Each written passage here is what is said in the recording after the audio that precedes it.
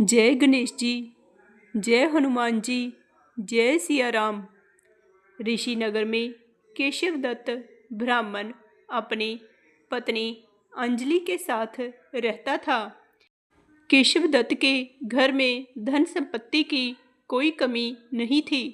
नगर में सभी केशव दत्त का सम्मान करते थे, लेकिन केशव दत्त संतान नहीं होने से बहुत ही चिंतित रहता था। दोनों पति पत्नी प्रत्येक मंगलवार को हनुमान जी की पूजा करते थे। विधिवत मंगलवार का व्रत करते हुए कई वर्ष बीत गए।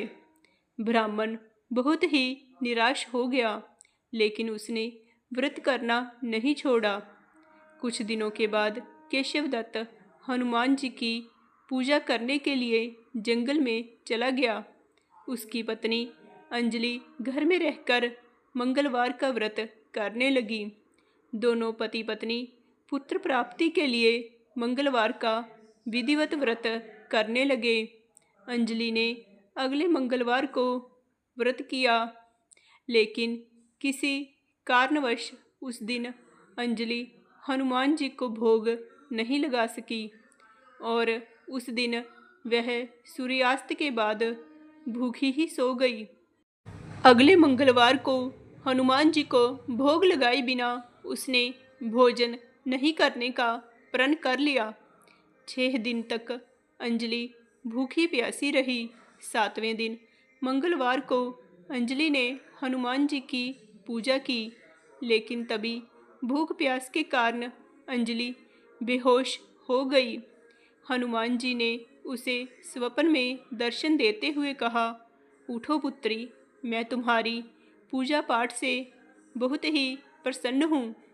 तुम्हें सुंदर और सुयोग्य पुत्र होने का वर देता हूँ। यह कहकर हनुमान जी अंतर्धान हो गए। तत्काल अंजलि ने उठकर हनुमान जी को भोग लगाया और स्वयं भोजन किया। हनुमान जी की अनुकंपा से अंजलि ने एक सुंदर शिशु को जन्म दिया। मंगलवार को जन्म लेने के कारण उस बच्चे का नाम मंगल प्रसाद रखा गया। कुछ दिनों बाद अंजलि का पति केशव दत्त भी घर लौट आया। उसने मंगल को देखा तो अंजलि से पूछा, यह सुंदर बच्चा किसका है? अंजलि ने खुश होते हुए हनुमान जी के दर्शन देने और पुत्र प्राप्त होने का वरदान देने की सारी कथा सुना दी, लेकिन केशव दत्त को उसकी बातों पर विश्वास नहीं हुआ। उसके मन में पता नहीं कैसे यह कुलुषित विचार आ गया कि अंजलि ने उसके साथ विश्वासघात किया है। अपने पापों को छिपाने के लिए अंजलि झूठ बोल रही है। केशव दत्त ने उस बच्चे को मार डालने की योजना बनाई। एक दिन केशव दत्त स्नान करने के लिए कुएं पर गया। मंगल भी उसके साथ था।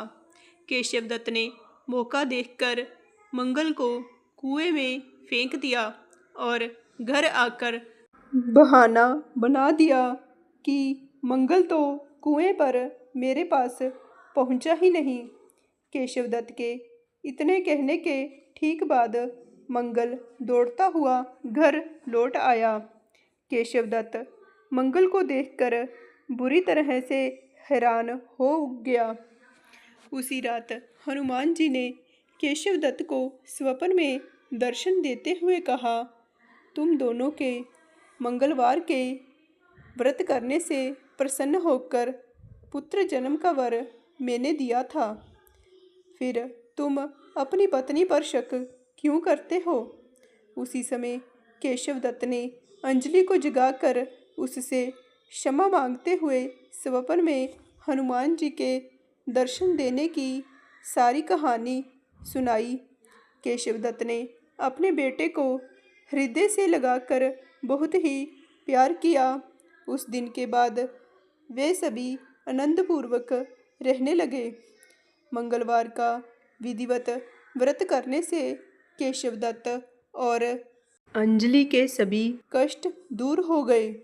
इस तरह जो स्त्री पुरुष विधिवत मंगलवार का व्रत करके व्रत कथा सुनते हैं, हनुमान जी उनके सभी कष्ट दूर करके घर में धन संपत्ति का भंडार भर देते हैं।